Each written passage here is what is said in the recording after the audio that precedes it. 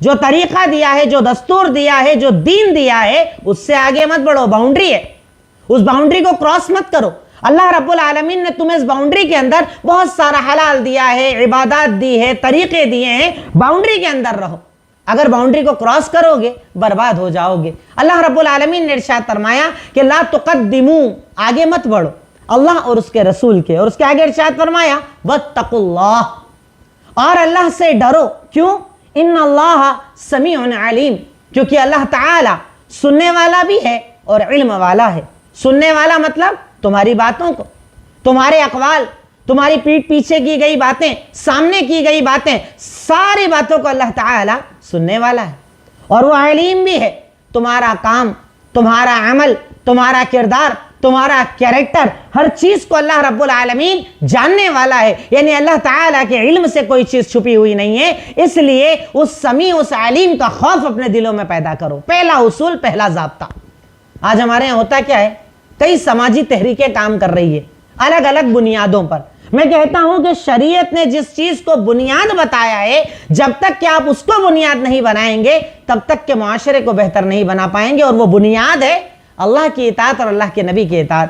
شادی کی رسم و رواج، جہیز کے سسٹم، گھر میں بیویوں کے حقوق ادا نہ کرنا، بیوی ہے تو شوہر کا حق ادا نہ کرنا، ماں باپ کا حق ادا نہ کرنا، جتنے بھی سماج میں بگاڑ کی شکلیں ہیں ان سب کی بنیاد ہے اپنے اوپر کسی طاقت کو محسوس نہ کرنا.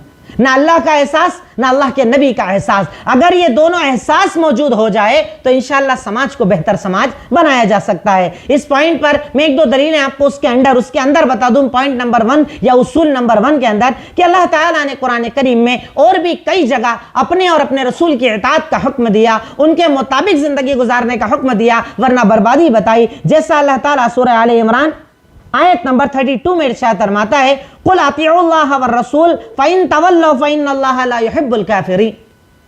اے لوگوں کہہ دیجئے، اللہ تعالیٰ نے کہا اللہ کے نبی سے آپ کہہ دیجئے کہ تم اللہ اور اس کے رسول کی اطاعت کرو، اور اگر تم ان کی اطاعت نہیں کرو گے تو اللہ کافروں کو پسند نہیں کرتا. یعنی اگر کوئی اللہ کی اطاعت چھوڑ دے، اللہ کے نبی کی اطاعت چھوڑ دے، دین کا طریقہ چھوڑ دے، قرآن کا طریقہ چھوڑ دے، حدیث کا طریقہ چھوڑ دے، تو اللہ رب العالمین کے نظر میں وہ کافر ہے. کوئی مولوی صاحب بولے نہ بولے، کوئی مفتی صاحب بولے نہ بولے، اگر آپ کے سامنے کسی بھی بات پر اللہ کا حکم آ جائے، اللہ کے نبی کا حکم آ جائے، اور آپ کا سر نہ جھکے، آپ کا عمل نہ بدلے، آپ کی زندگی نہ بدلے، گویا کہ آپ مسلمان نہیں. یہ اللہ کہہ رہا ہے، میں نہیں کہہ رہا. سورہ آل عمران آیت نمبر 32 میں اللہ تعالیٰ ارشاد فرما رہا ہے کہ اللہ تعالیٰ کافروں کو پسند نہیں کرتا. تو سماج کو بہتر بنانے کا سب سے پہلا اصول یہ ہے کہ اللہ اور اس کے رسول نے جو باؤنڈری دی اسے کبھی کراس مت کرو. جو حلال دے دیا بات ختم، جو حرام دے دیا بات ختم. اس باؤنڈری پر رک جاؤ، ٹھہر جاؤ، وہیں اپنی زندگی کو روک دو. آج اس کے آگے بڑھتے ہیں تبھی تو سماج میں بگاڑ آتا ہے. جہیز کا سسٹم بنایا، خودکشی ہو رہی ہے، طلاق ہو رہے ہیں. شادیوں میں حرام کو جب عام کیا گیا طلاق بڑھ گئے. کتنے ایسے مسائل جو ہماری سماجی برائیاں ہیں اس کی بنیادی وجہ ہے اللہ اور اس کے رسول کی اطاعت نہ کرنا. جب باؤنڈری کراس کرو گے اللہ کا عذاب آئے گا، کیونکہ اللہ تعالیٰ کافروں کو پسند نہیں کرتا. اس کے علاوہ اور بھی کئی شدید قسم کی وعیدیں دی گئی ہیں. میں صرف آیتوں کے نمبر آپ کو بتا دوں. سورہ آل عمران آیت نمبر 32 بتائی، سورہ جن آیت نمبر 23 بتائی، سورہ نساء آیت نمبر 13 بتائی، جس میں اللہ تعالیٰ نے برے انجام بتائے ہیں ان لوگوں کے لیے جو اللہ اور اس کے رسول کی اطاعت نہیں کرتے. چاہیں تو قرآن کریم میں خود آپ وہ آیتیں دیکھ سکتے ہیں. اصول نمبر 2، شریعت کے آگے اپنی آواز بلند بھی نہ کی جائے. قرآن اور حدیث کے آگے اپنی آواز اونچی نہ کی جائے. آج ہمارا یہی تو حال ہے. ہم لوگ قرآن اور حدیث کو تب لیتے ہیں جب وہ ہماری فیسلٹی میں آ جائے، جب ہمارے کمفرٹ زون میں آ جائے ہم ایکسیپٹ کر لیتے ہیں. ہاں ٹھیک ہے صاحب، قرآن اچھا، حدیث اچھی، بڑی قرآن حدیث کی باتیں بھی کرتے ہیں. لیکن جہاں قرآن حدیث ہمارے کمفرٹ زون سے باہر آیا، ہماری جو چاہتے ہیں اس سے باہر آیا، میرا جو اسٹیٹس، میرا جو رتبہ مجھے دنیا کو دکھانا ہے اس سے باہر آیا، ہم قرآن حدیث کو چھوڑ دیتے ہیں. سارا دین، ساری شریعت، ساری دین کی باتیں تب تک ہوتی ہیں جب تک کہ مجھے اچھا لگے. اگر میرے اچھائی کے باہر گیا میں قرآن حدیث کو چھوڑ دیتا ہوں. یہ دوسرا اصول ہے. اگر اسے نہ اپناؤ گے کبھی بھی سماج کو بہتر نہیں بنا پاؤ گے. وہ ہے قرآن اور حدیث پر آواز اونچی نہ کرنا. دلیل آیت نمبر 2 سورہ حجرات، اللہ تعالیٰ کا فرمان، یا ایھا الذین آمنوا لا ترفعوا اصواتکم فوق صوت النبی ولا تجہروا لہ بالقول کجہر بعضکم لبعض ان تحبط اعمالکم وانتم لا تشعرون. اللہ تعالیٰ نے ارشاد فرمایا، اے وہ لوگوں جو ایمان لائے ہو، اپنی آوازوں کو اللہ کے نبی کی آواز پر اونچی مت کرو، یعنی تمہاری آواز نیچی ہونا چاہیے۔ آواز اس دور کی بات ہے، آپ سے بات کرتے تھے، گفتگو کرتے تھے صحابہ، انہیں حکم دیا گیا آواز نیچے رکھو، اللہ کے نبی کے سامنے تیز آواز میں بات نہیں کرنا۔ لیکن آج کیا ہے ہمارے پاس؟ آپ کی حدیث، آپ کے فرامین، آپ کی بات، آپ کی سنتیں۔ آج اگر آپ کے سامنے کوئی مولوی صاحب، حافظ صاحب، عالم صاحب، فلاں صاحب، ادھر وہ رشتہ دار، کوئی بھی اگر یہ بتا رہا ہے کہ بھائی یہ سنت ہے، یہ اللہ کے نبی صلی اللہ علیہ وسلم کا فرمان ہے، آپ جو عمل کر رہے ہو وہ غلط ہے کیونکہ یہ عمل اللہ کے نبی نے منع فرمایا ہے، ہم اس پر اپنی آواز بلند کرتے نہیں، مجھے سمجھ میں نہیں آتا، میری عقل قبول نہیں کرتی، مجھے اچھا نہیں لگتا، میرے ارمان ہے، میرے گھر والوں کے ارمان ہے، گویا کہ آپ آواز اونچی کر رہے ہیں۔ اور اللہ تعالیٰ جانتے ہیں اس آیت میں اتنی شدید وعید دی جا رہی ہے ہم کو کہ ارشاد فرمایا کہ اے وہ لوگوں جو ایمان لائے ہو، اللہ کے رسول کی آواز پر اپنی آواز بلند مت کرو جیسے آپس میں ایک دوسرے سے بات کرتے ہو، اور اس کا انجام یہ ہے کہ اللہ تمہارے اعمال کو برباد کر دے گا اور تمہیں شعور بھی نہیں ہوگا، تم جان بھی نہیں پاؤ گے، اللہ کے سامنے جاؤ گے کل روز قیامت، نماز، عبادت، روزہ، عمرہ، نہ جانے کیا کیا سوچ کے جاؤ گے، اتنا سارا کر کے لایا ہوں۔ اللہ تعالیٰ کہے گا کہ تیری آواز اونچی تھی، سنتوں کے مقابلے میں تیری آواز اونچی تھی، حدیثوں کے مقابلے میں تیری آواز اونچی تھی۔ آج آپ اور میری اپنی زندگی کا جائزہ لیں، صبح اٹھنے سے لے کر رات سونے تک کتنی سنتوں کو پامال کرتے ہیں، کتنے فرامین کو پامال کرتے ہیں، قرآن کو کتنی جگہ چھوڑتے ہیں، حدیثوں کو کتنی جگہ چھوڑتے ہیں، اور اس کے بعد اگر ہم یہ سمجھتے ہیں کہ اللہ رب العالمین ہمیں قبول کر لے گا، اللہ رب العالمین ہماری عبادات قبول کر لے گا، اللہ رب العالمین ہماری نیکیاں قبول کر لے گا، تو ایسا کبھی ہونے والا نہیں۔ تو دوسرا اصول ہے کہ شریعت کے آگے اپنی آواز اونچی نہ کیا جائے، اور دلیل میں نے بتائی سورہ حجرات آیت نمبر 2، اللہ تعالیٰ کا فرمان کہ اگر تم اللہ کے نبی کی آواز پر آواز بلند کرو گے، اللہ رب العالمین تمہارے اعمال کو برباد کر دے گا۔ نیکیاں، عبادتیں، چاہتیں، نہ جانے کتنا عمل کر کے جاؤ گے، پر اللہ کے سامنے جب پہنچو گے اللہ رب العالمین تمہارے سارے اعمال کو برباد کر دے گا، اور برباد بھی ایسا کرے گا کہ تمہیں شعور بھی نہیں ہوگا، دنیا میں خیال بھی نہیں ہوگا۔ خوب سنتوں کا مذاق اڑا رہے ہیں، خوب سنتوں کے خلاف بات کر رہے ہیں، کوئی فرق نہیں پڑ رہا ہے، لیکن ایک وقت ایسا آئے گا کہ تم اللہ کے سامنے جاؤ گے اور تمہارے ہاتھ میں کچھ نہ ہوگا۔ اپنے آپ کو بچاؤ اس چیز سے، آج ہی عہد کر لو کہ میرا رب جو کہہ دے گا وہ میری زندگی، میرے نبی جو کہہ دیں گے وہ میری زندگی، قرآن کہہ دے گا وہ میری زندگی، حدیث کہہ دے گا وہ میری زندگی۔ اگر قرآن حدیث آ جائے میں دنیا کو چھوڑ دوں گا پر قرآن حدیث کو نہیں چھوڑوں گا۔ یہ ایک مومن کا کردار، یہ ایک مسلمان کا کردار ہمیشہ ہر وقت ہونا چاہیے۔ اصول نمبر 3، یہاں سے اصلاح سماج کی بنیادی اصول شروع ہوتے ہیں۔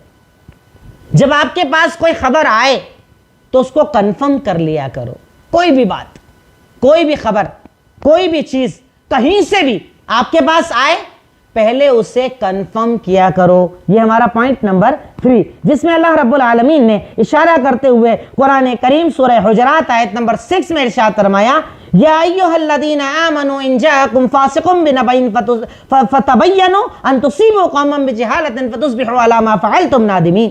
اللہ تعالیٰ نے ارشاد فرمایا، اے وہ لوگوں جو ایمان لائے ہو، اگر تمہارے پاس کوئی فاسق خبر لے کر آئے پہلے اس کو کنفرم کر لیا کرو، اسے ایک بار تحقیق کر لیا کرو، اس کو ایک بار جانچ اور پرکھ لیا کرو کہ کہیں ایسا نہ ہو کہ تم جہالت میں کسی کے ساتھ برا کر لو اور بعد میں تمہیں افسوس ہو۔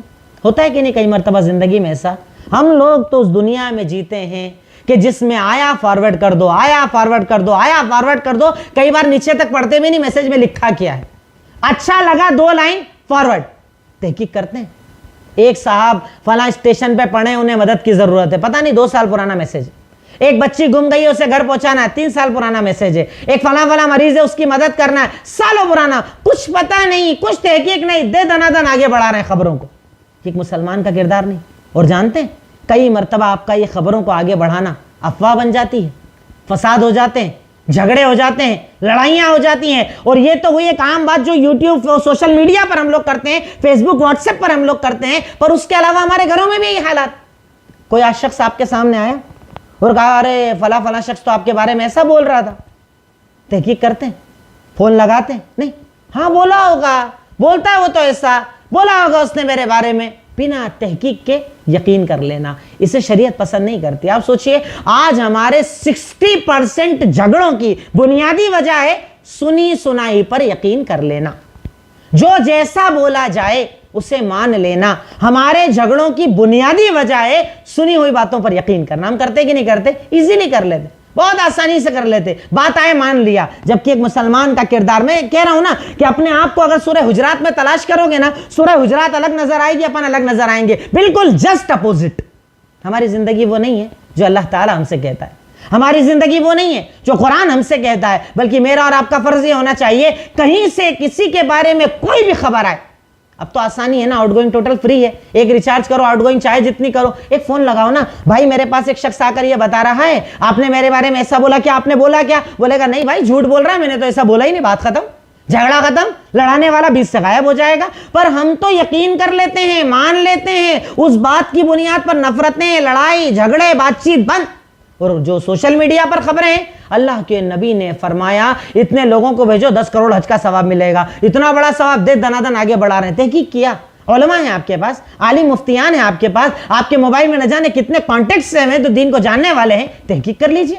بنا تحقیق کے باتوں کو آگے بڑھانا یا اس پر یقین کرنا سماج کو بگاڑنے کی ایک بڑی وجہ ہے, اور شریعت مطہرہ نے اس چیز سے منع فرمایا, اس چیز کو حرام قرار دیا کہ آپ بنا تحقیق کے کسی بات کو مان لیں. اور اس کی وجہ بھی بتائی کہ آپ جہالت میں کوئی عمل کر لو گے, بعد میں پچھتاؤ گے, ارے اس کی بات نہیں ماننا تھی, ارے میں نے تو اس کی بات مان لی, مجھے نہیں ماننا تھا, مان کر میں نے اس سے بات بند کر لی, مان کر اس سے میں نے جھگڑا کر لیا, ایسا نہیں کرنا تھا. تو بعد میں پچھتانے سے بہتر ہے پہلے تحقیق کر لینا. اور یہ اسلام کا تصور ہے, یہ اصلاح سماج کا بنیاد اور ایک اصول ہے. اصول نمبر 3 میں نے آپ کو بتایا. چوتھا اصول, صلح کروانا چاہیے, آپس میں ملانے کی کوشش کرنا چاہیے, ملانے والا عمل کرنا چاہیے. ہم تو بگاڑنے والا عمل کرتے, اگر کہیں پتہ چل جائے 2 لوگوں میں جھگڑا ہے اور زیادہ لڑانے کی کوشش کرتے, بولتے نا ہمارے آگ میں گھی ڈالتے, اور بڑھانے کی کوشش کرتے. آپ کے سامنے بات آئی, فنا کا جھگڑا ہو گیا, اس کے پاس جا کر اسی کی برائی کریں گے, ہاں وہ تو ہے ایسے ہی بولتا ہے, وہ تو آپ کے بارے میں پہلے ہی بول رہا تھا, مجھے تو پہلے بھی پتا ہے, وہ تو ایسا ہے ویسا ہے, اور زیادہ لڑاتے ہیں. جبکہ شریعت ہمیں چوتھا اصول یہ بتا رہے ہیں سورہ حجرات آیت نمبر 9 میں, وَإِن طَائِفَتَانِ مِنَ الْمُؤْمِنِينَ اقْتَتَلُوا فَأَصْلِحُوا بَيْنَهُمَا فَإِن بَغَتْ إِحْدَاهُمَا عَلَى الْأُخْرَى فَقَاتِلُوا الَّتِي تَبْغِي. اللہ کے نبی صلی اللہ رب العالمین نے ارشاد فرمایا کہ اگر مومنوں کی 2 جماعتوں میں جھگڑا ہو جائے تو تم اصلاح کا کام کیا کرو, جوڑ کا کام کیا کرو, ملانے کا کام کیا کرو. اور اگر کوئی دونوں میں سے ایک ظالم نظر آئے تو ظالم کا ہاتھ بھی پکڑا کرو, ظالم کو روکا کرو, جو ظلم کر رہا ہے اسے روکا کرو. یہ مت دیکھو کس کی سائیڈ, کون میری طرف کون میری طرف, نہیں, جو ظالم ہے اسے روکو. یہ مومن کی ذمہ داری ہے. اصلاح سماج کا, اصلاح معاشرہ کا ایک بنیادی اصول ہے کہ صلح کرو, اور دونوں میں جو ظالم ہے ظالم کے ہاتھوں کو پکڑو, ظالم کے ہاتھوں کو پکڑو, جب تک کہ وہ اللہ تعالیٰ کے حکم پر نہ آ جائے تب تک اس کے اوپر سختی کرتے رہو. کرتے ہیں ہم لوگ, ہم تو سائیڈ لیتے ہیں, جو ہمیں زیادہ محبوب ہم اس کا سائیڈ لیتے ہیں. کئی مرتبہ تو ہمارے یہاں تعجب ہوتا ہے ایسے لوگوں پر جو سماج کے ٹھیکیدار اور ذمہ دار بنتے ہیں, قوم کے رہبر بنتے ہیں, وہ بھی ایک طرفہ بات سن کر فیصلے کر لیتے ہیں. بات دونوں طرف کی سنو نا, دونوں طرف کو جانو نا, ایک طرف والا اپنی بتا رہا ہے, ایک طرف والا اپنی بتا رہا ہے, دونوں کو سنو سمجھو, اس کے بعد کوئی فیصلہ کرو. اصلاح اصلاح اصلاح.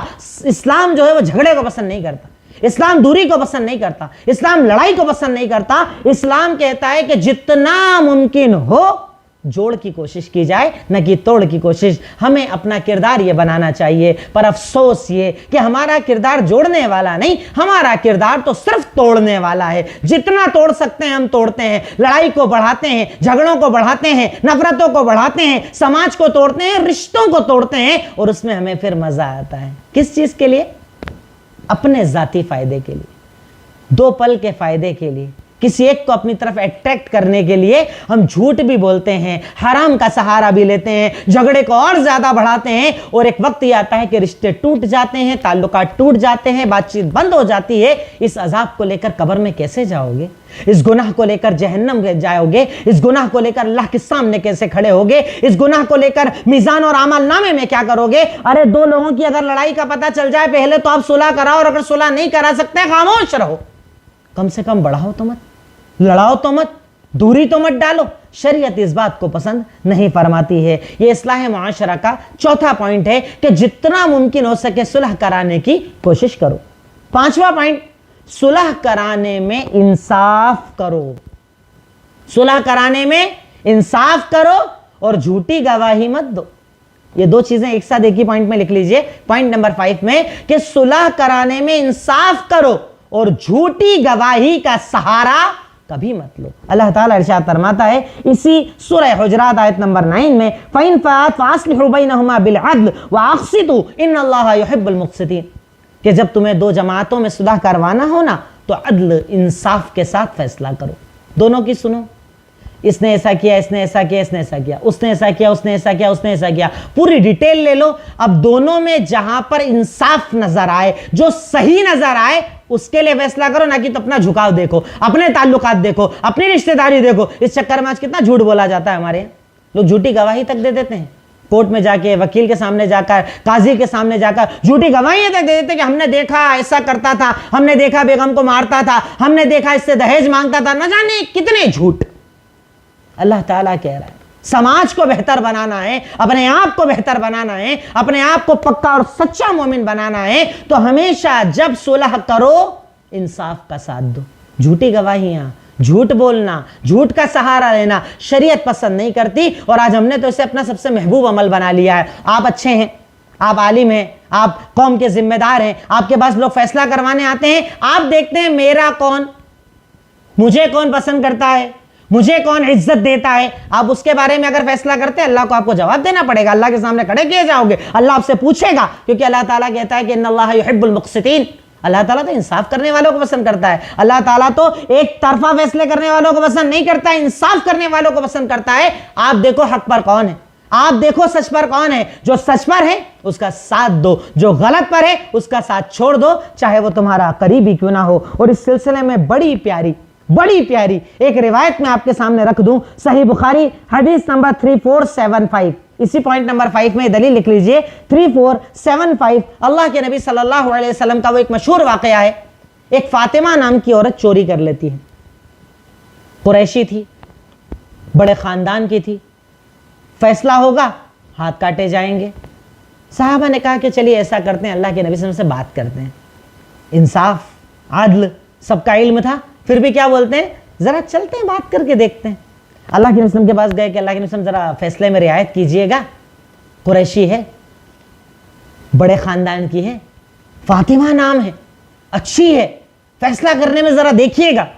جانتے ہیں میرے اور آپ کے نبی، میرے اور آپ کے آئیڈیل، قیامت تک آنے والوں کے آئیڈیل، 1450 سال سے لے کر قیامت تک آنے والوں کے لیے اگر کوئی ذات آئیڈیل اور نمونہ ہے، ایسی ذات کہ جنہوں نے اپنی پیدائش سے لے کر دنیا سے رخصتی تک نبوت اور نبوت کے پہلے کبھی عدل و انصاف کے خلاف کام نہ کیا، کبھی کسی کا ایکسٹرا ایسا ساتھ نہیں دیا کہ ظلم ہو جائے، اس سرور کونین سید المرسلین ساقی محشر، ساقی کوثر، شافی محشر کے پاس صحابہ جاتے ہیں کہ جا کر بات کیجئے۔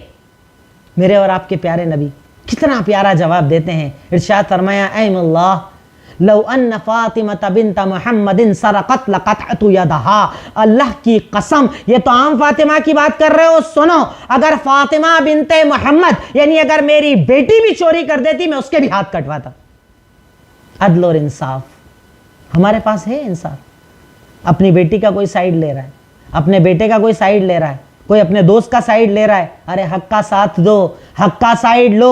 یہ حق کا ساتھ دینا قیامت کے دن بھی کام آئے گا، دنیا میں بھی کام آئے گا، آخرت میں بھی کام آئے گا۔ حق کا ساتھ دو، ذرا سی دیر کے فائدے کے لیے جھوٹ مت بولو۔ اللہ کے نبی صلی اللہ علیہ وسلم کا یہ فرمان ہمیں اس بات کو بتا رہا ہے کہ اللہ رب العالمین نے اس بات کو پسند نہیں فرمایا ہے کہ ظلم کا ساتھ دیا جائے، غلط کا ساتھ دیا جائے۔ تو جب آپ کو صلح کروانی ہو، دو جماعتوں میں صلح کروانی ہو، دو لوگوں میں صلح کروانی ہو، تو جھوٹ کا سہارا مت لو، حق کے ساتھ عدل کے ساتھ فیصلہ کرو۔ یہاں تک کہ میں قربان جائیے کہ ہم تو اس اسلام پر عمل کرتے ہیں جس نے دشمن کے خلاف بھی حق کا فیصلہ کرنے کا حکم دیا۔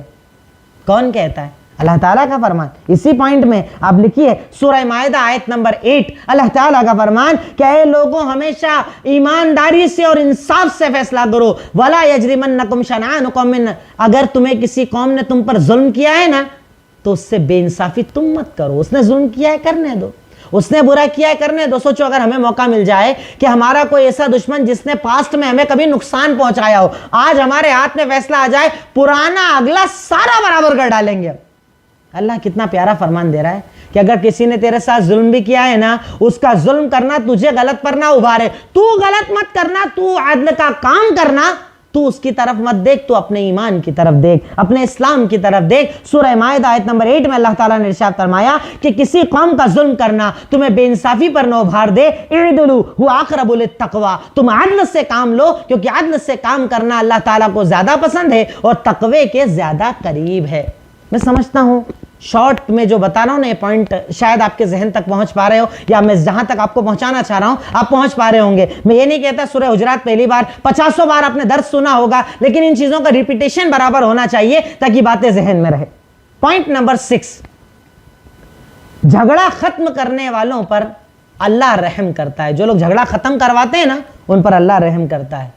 جھگڑا ہو رہا ہے، لڑائی ہو رہی ہے، ختم کروانے کا کام کرو، لڑائی رکوانے کا کام کرو، اختلافات رکوانے کا کام کرو، بہت زیادہ کوشش کرو کہ کسی بھی قسم کا جھگڑا تمہاری وجہ سے رک جائے۔ باپ بیٹے کا جھگڑا، ماں بیٹی کا جھگڑا، بہو ساس کا جھگڑا، میاں بیوی کا جھگڑا، قوم کا جھگڑا، ذمہ داروں کا جھگڑا، مسجدوں کا جھگڑا، مدرسوں کا جھگڑا، قوم کا جھگڑا، کہیں پر کوئی بھی جھگڑا ہے کوشش کرو وہ جھگڑا تمہاری وجہ سے ختم ہو جائے۔ کوشش کرو کہ تم وجہ بن جاؤ اس جھگڑے کے خاتمے کی۔ کیوں؟ ایسے لوگوں پر اللہ رحم کرتا ہے، اور جس پر اللہ رحم کر دے اس پر کوئی عذاب آئے گا، اس پر پریشانی آئے گی، دنیا اور آخرت میں کبھی وہ پریشان ہوگا۔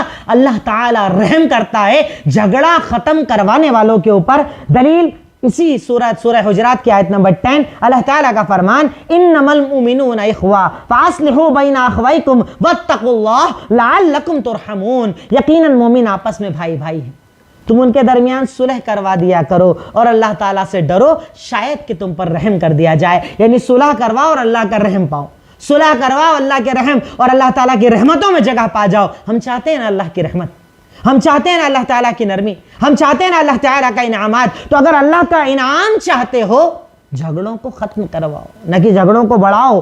جھگڑوں کو بڑھانے کی بجائے جھگڑوں کو ختم کرواؤ۔ جتنا اللہ تعالیٰ نے طاقت دیے کرو اس کا فائدہ۔ اور نواں اصول، چھٹا اصول یہ بتایا گیا کہ تم جتنا زیادہ جھگڑوں کا خاتمہ کرواؤ گے اللہ رب العالمین تمہیں اپنی رحمتوں میں جگہ عطا فرما دے گا، تم پر رحمتیں نازل کر دے گا، تم پر سکون نازل کر دے گا، اپنی رحمتوں میں تمہیں جگہ دے دے گا۔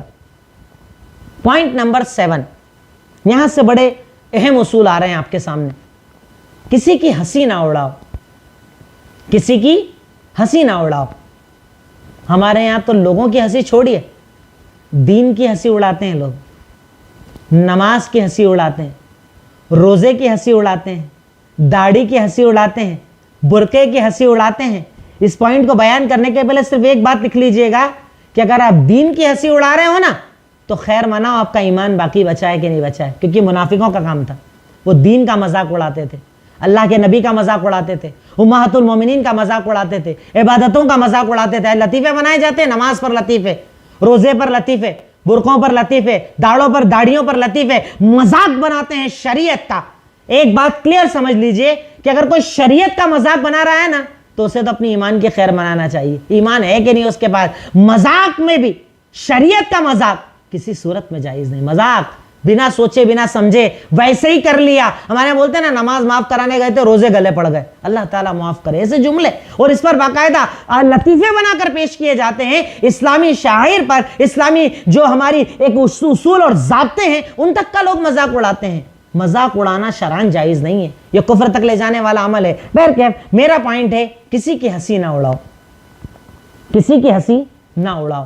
اس کی دلیل اسی سورت کی 11ویں آیت، یا ایھا الذین آمنوا لا یسخر قوم من قوم عسى ان یکونوا خیرا منهم ولا نساء من نساء عسى ان یکن خیرا منهن۔ بڑی پیاری روایت، بڑا پیارا انداز رب العالمین کا بیان کرنے کا۔ اے مردوں کی جماعت، کوئی مرد کسی مرد کا مذاق نہ اڑائے۔ اے عورتوں کی جماعت، کوئی عورت کسی عورت کا مذاق نہ اڑائے۔ کیوں؟ کیونکہ تم جس کا مذاق اڑا رہے ہو نا ہو سکتا ہے تم سے زیادہ اللہ اسے پسند کرتا ہو۔ اللہ اکبر۔ سمجھانے کا انداز دیکھ رہے ہیں، اللہ تعالیٰ کا بتانے کا انداز دیکھ رہے ہیں۔ اللہ رب العالمین کس پیارے انداز میں سمجھا رہا ہے کہ مردوں کا مذاق مت اڑاؤ، عورتوں کا مذاق مت اڑاؤ، آپس میں ایک دوسرے کا مذاق مت اڑاؤ۔ کیوں؟ کیونکہ تم اگر کسی کا مذاق اڑا رہے ہو نا تم نہیں جانتے، ہو سکتا اللہ تم سے زیادہ اس سے محبت کرتا ہو، اللہ اس کی دعا سن لے، ہو سکتا ہے وہ تمہارے ہنسی اڑانے سے اتنا تنگ آ جائے کہ وہ بد دعا کر دے اور اللہ تعالیٰ اس کی بد دعا کو رد نہیں کرے گا۔ کتنا مذاق اڑاتے ہیں ہم، کسی کے چھوٹے قد کا مذاق، کسی کی شادی لیٹ ہونے کا مذاق،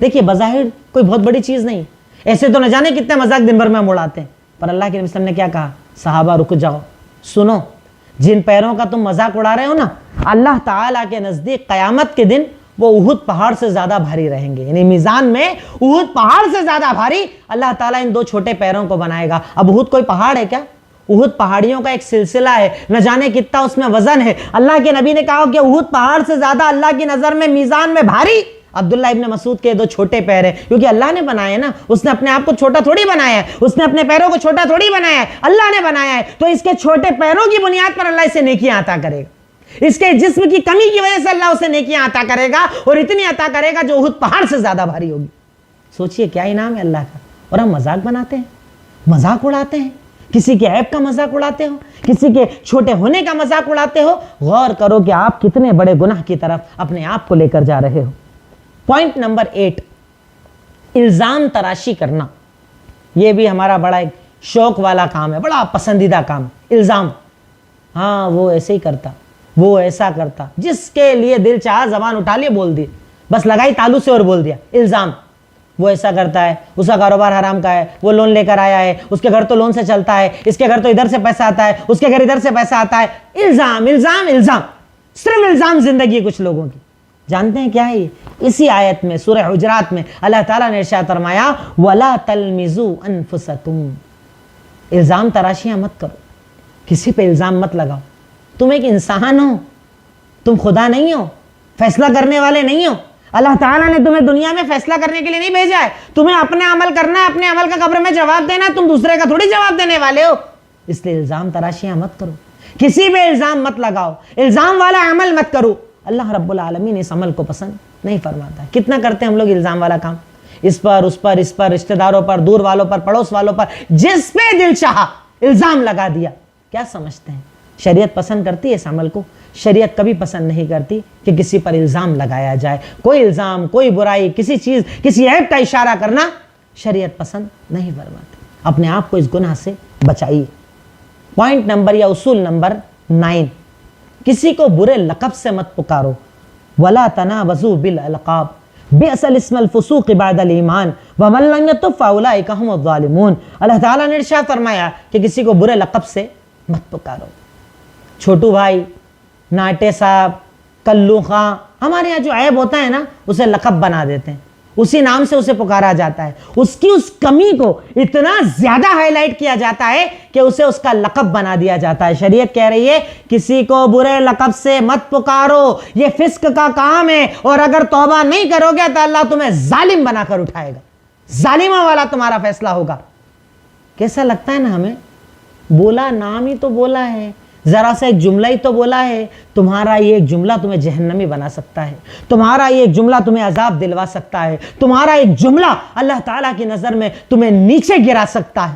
اس لیے کسی کو برے لقب سے مت پکارو، کیونکہ اللہ تعالیٰ اس عمل کو پسند نہیں فرماتا ہے۔ اس پوائنٹ کے ضمن میں ایک بڑی پیاری روایت میں آپ کے سامنے ذکر کر دوں، صحیح بخاری حدیث نمبر 2449، اللہ کے نبی صلی اللہ علیہ وسلم نے ارشاد فرمایا من کانت لہ مظلمۃ لعہد من عرضہ او شیء فلیتحل لہ منہ قبل ان یاتی یوم، اگر تم میں سے کسی انسان نے کسی کی عزت یا کسی چیز پر حملہ کیا ہو تو قیامت کے پہلے اس سے معاملہ ختم کر لو، قیامت کے پہلے اس سے معافی مانگ لو۔ کیوں؟ قیامت کے دن جب اللہ تعالیٰ فیصلہ کرے گا تو فیصلہ کروانے کے لیے تمہارے پاس نہ دینار ہوں گے نہ درہم ہوں گے۔ کتنی عزتوں پر حملہ کرتے ہم، غیبت کر کے، الزام لگا کے، برے لقب سے پکار کر دن بھر لوگوں کی عزتیں اچھالتے ہیں، دن بھر لوگوں کی عزتوں پر حملے کرتے ہو نا، یہ زبانیں جو چلاتے ہو نا، کسی کے بھی خلاف اگر باتیں کرتے ہو نا، اس حدیث کو اپنے ذہن میں بار بار گھما لینا۔ کیا کہا اللہ کے نبی صلی اللہ علیہ وسلم نے؟ کہ اگر کسی نے کسی کی عزت پر یا کسی چیز پر حملہ کیا ہے، مرنے کے پہلے، قیامت کے پہلے اس سے معافی مانگ لو۔ قیامت کے دن جب فیصلہ ہوگا نا، اس دن نہ دینار ہوگا نہ درہم ہوگا۔ کیسے ہوگا فیصلہ؟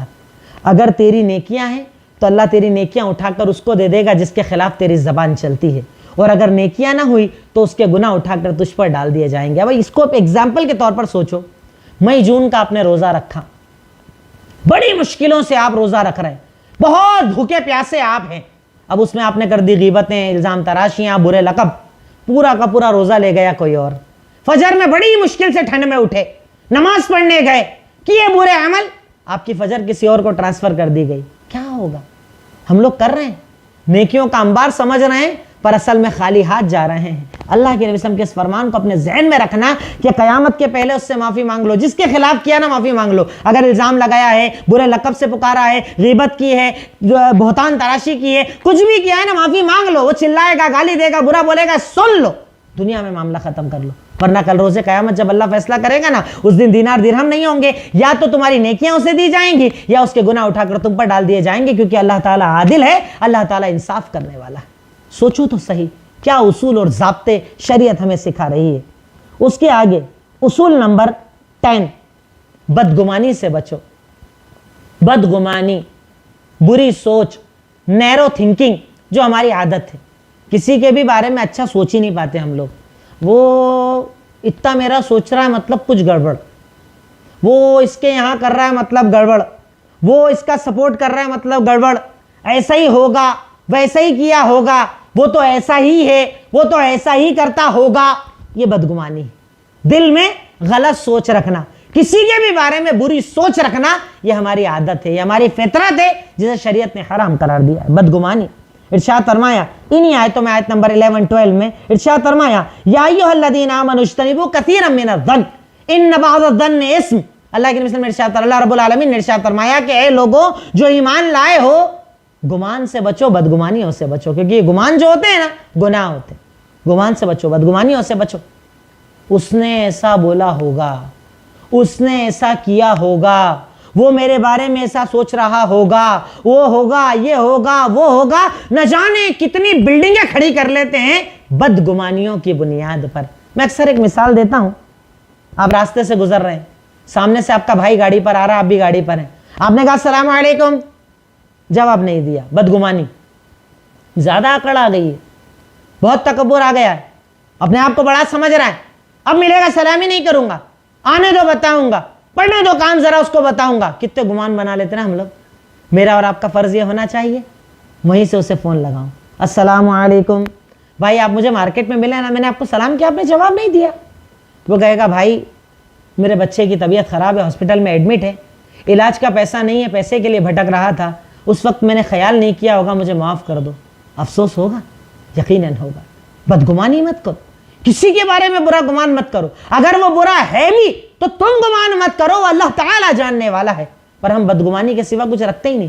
اچھا گمان ہم سے ہوتا نہیں, اچھی سوچ ہم رکھتے نہیں, اور اس کے بعد کہتے ہیں اللہ کا عذاب بڑا آتا ہے, میرا کاروبار نہیں چلتا, میری تکلیف دور نہیں ہوتی, میرے ٹینشن دور نہیں ہوتا. یاد رکھو بدگمان انسان صرف اپنے آپ کو تکلیف دیتا ہے. اس کے بارے میں اگر میں الگ سے کبھی ایک ٹاپک لوں گا نا سائنس کے اعتبار سے, کہ جتنی بھی برائیاں اس کا آپ پر افیکٹ کیا ہوتا ہے, آپ کی باڈیز پر افیکٹ کیا ہوتا ہے, آپ کو تعجب ہوگا. کئی ڈاکٹرز نے اس کے اوپر بکس لکھی ہیں, باقاعدہ ریسرچ کی ہے کہ بدگمانی سے انسان کے کیا کیا تکلیف ہے, غیبت کرنے سے تکلیف کیا ہے. تو انہوں نے لکھا ہے کہ یہ عمل کرنے والا ڈپریشن کا شکار ہوتا ہے, شوگر کا مریض ہوتا ہے, بی پی کا مریض ہوتا ہے. یعنی اصل میں یہ سارے عمل کر کے آپ اپنے آپ کو تکلیف دیتے ہو, کسی اور کو تکلیف نہیں دیتے.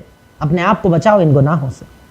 اصول نمبر 12, جاسوسی سے بچو. ولا تجسسوا. یہ تو ہمارا فیوریٹ کام ہے. اس کے ادھر کدھر سے آ رہا ہے اتنا پیسہ, یہ گاڑی کدھر سے لے کر آ گیا, اس کی تو اوقات ہی نہیں تھی, اس کے یہاں رشتہ ایسے کیسے ہو گیا, ہونا ہی نہیں تھا, یہ ادھر سے کیسے, وہ ایسے کیسے, یہ کیسے, وہ کیسے. لگ گئے ٹوہ میں جاسوسی. باریکیاں کریدنا, عیب نکالنا, پردے کھولنا, لوگوں کی غلطیاں کھولنا, یہ ہمارا بڑا پسندیدہ عمل. شریعت کہہ رہی ہے ولا تجسسوا, جاسوسی مت کرو, کسی کی ٹوہ میں مت لگو. جانتے ہو کیوں؟ آپ کی موت ہوگی, آپ کا غسل ہوگا, آپ کو کفن دیا جائے گا, قبر کے اس گڈھے میں جب آپ کو اندھیرے میں ڈالا جائے گا نا, فرشتے آپ سے آ کر پوچھیں گے تیرا رب کون, بتا, تیرے رسول بتا, تیرا دین بتا. یہ نہیں پوچھا جائے گا پڑوسی کا بتا, فلاں صاحب کا بتا, ان کا بتا. تجھ سے تیرے عمل کا سوال ہوگا, تجھ سے تیری زندگی کا سوال ہوگا, تجھ سے تیری بھلائی اور اچھائی کا سوال ہوگا. کیا تو نے اپنے آپ کو اس کے لیے تیار کیا؟ سوچو اس قبر کی مٹی کے اندر کیا جواب دو گے اللہ کو کہ میں جاسوسی کرتا تھا, میں لوگوں کی ٹوہ میں لگتا تھا, میں صرف یہی کام کیا کرتا تھا. کیا جواب دو گے اللہ کو؟ بچو اس بات سے اور خود کو بچاؤ. اصول نمبر 12, غیبت نہ کرو. شریعت غیبت کو پسند نہیں کرتی. اور غیبت کیا ہے؟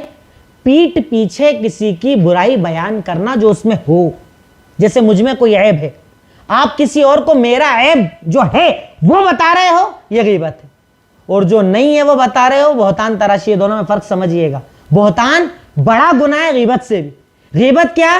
جس میں کوئی برائی ہو تم کسی دوسرے کو بتاؤ، وہ غیبت ہے، اور نہیں ہو اور بتاؤ، وہ بہتان ہے. یہ دونوں عذاب، دونوں برائی جسے اللہ تعالیٰ ناپسند فرماتا ہے، اور اس کے نتیجے میں سماج میں بگاڑ آتا ہے، جھگڑے ہوتے ہیں، لڑائی ہوتی ہے، رشتے ٹوٹتے ہیں. شریعت نے ارشاد فرمایا سورہ حجرات آیت نمبر 12، وَلَا يَغْتَبْ بَعْضُكُمْ بَعْضًا أَيُحِبُّ أَحَدُكُمْ أَن يَأْكُلَ لَحْمَ أَخِيهِ مَيْتًا فَكَرِهْتُمُوهُ. تم میں سے کوئی کسی کی غیبت نہ کرے. کیا تم پسند کرتے ہو اپنے مردہ بھائی کا گوشت کھانا؟ تم اسے پسند نہیں کرتے ہو. وَاتَّقُوا اللَّهَ، اللہ سے ڈرو. إِنَّ اللَّهَ تَوَّابٌ رَحِيمٌ، کیونکہ اللہ تعالیٰ تو معاف کرنے والا اور رحم کرنے والا ہے. یعنی اگر تم اب بھی توبہ کر لو گے نا، اللہ معاف کر دے گا. غیبتیں مت کرو. کتنا فیوریٹ کام ہے نا. پتہ تجھے وہ ایسا ایسا کرتا ہے، پتہ ہے ان کے یہاں تو ایسا چلتا ہے، پتہ ہے ان کی تو ایسی زندگی ہے. تو بھائی ان کی زندگی اگر تجھے سدھارنی ہے تو ان سے جا کر بات کرنا. مومن ہے نا، مسلمان ہے نا، اصلاح کرنا چاہتا ہے نا، تو جا کر اس سے بات کر. جس میں برائی ہے اسے ڈائریکٹلی بات کر. وہ سدھر جائے الحمدللہ، نہیں سدھرے تیرا فرض پورا ہو گیا. پر کسی اور کو بتا کر تو اس کا نہیں اپنا نقصان کر رہا ہے. تیری نماز، تیرا روزہ، تیری عبادت، تیرا دین، تیری آخرت، تو سب برباد کر رہا ہے. غیبت کر کے بھی اور غیبت سن کر بھی. یہ بھی یاد رکھنا، سننا بھی گناہ ہے، صرف کرنا نہیں، سننا بھی گناہ ہے. ہم لوگوں کو بڑا چٹخارے لے لے کر لوگ سنتے ہیں. ہمارے یہاں لوگوں کی عادت ہوتی ہے 40 45 50 منٹ تک کسی ایک آدمی کے بارے میں بات کرتے ہیں، اور اینڈ میں بڑا پیارا جملہ بولتے ہیں، جان دے اپنے کو کیا کرنا، اس کی وہ جانے اپنے کو کیا کرنا. 45 منٹ سے کیا کر رہے تھے پھر آپ؟ کیا چل رہا تھا 45 منٹ سے؟ 45 منٹ تو پیٹ بھر کر غیبتیں سن لی اور کر لی، اور اس کے بعد بولتے جان دے اپنے کو کیا کرنا ہے، وہ دیکھے گا، اس کا نپٹے گا، اللہ جانے گا اس کو، اللہ دکھائے گا اس کو. تو جب یہی کرنا تھا تو پہلے ہی بول دیتا نا اللہ دکھائے گا اس کو. یہ اینڈ تک غیبت کر کے اپنا عمل بگاڑا، اپنی نمازیں بگاڑی، اپنی عبادتیں بگاڑی، اپنے آپ کو، اپنے رب کو ناراض کیا، اپنے گناہوں کا پوٹلا اور زیادہ بھر لیا، اور اللہ کے سامنے جا کر عذاب کا مستحق ہو گیا. اور یہ وہ غیبت ہے جو عذاب قبر کی بھی سب سے بڑی وجہ ہے. جانتے ہیں عذاب قبر کی بڑی بڑی وجوہات میں ایک سب سے بڑی وجہ بتایا گیا ہے غیبت کو. غیبت کرنے والے کو عذاب قبر دیا جائے گا، قبر تک میں عذاب دیا جائے گا. یہ غیبت اتنا بڑا گناہ ہے، اور ہمارے یہاں سب سے پیارا عمل ہے.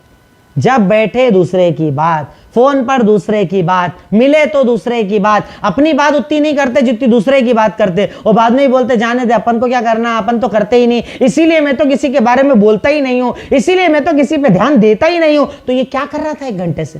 یہ جو کیا وہ سب کیا کیا؟ یہ گناہ کا اپنے اعمال نامے کو بھر ڈالا گناہوں سے. یہ کیا کیا ہے؟ غیبت. شریعت اسے ناپسند فرماتی ہے، اللہ رب العالمین اسے ناپسند فرماتا ہے. اور جو میں نے آپ کو تعریف بتائی غیبت کی، شریعت نے اس تعریف کو صحیح مسلم حدیث نمبر 2589 میں بیان فرمایا. صحیح مسلم حدیث نمبر 2589 میں بیان فرمایا کہ اپنے بھائی کی کسی ایسی برائی کو بیان کرنا جو اس میں ہے، وہ غیبت.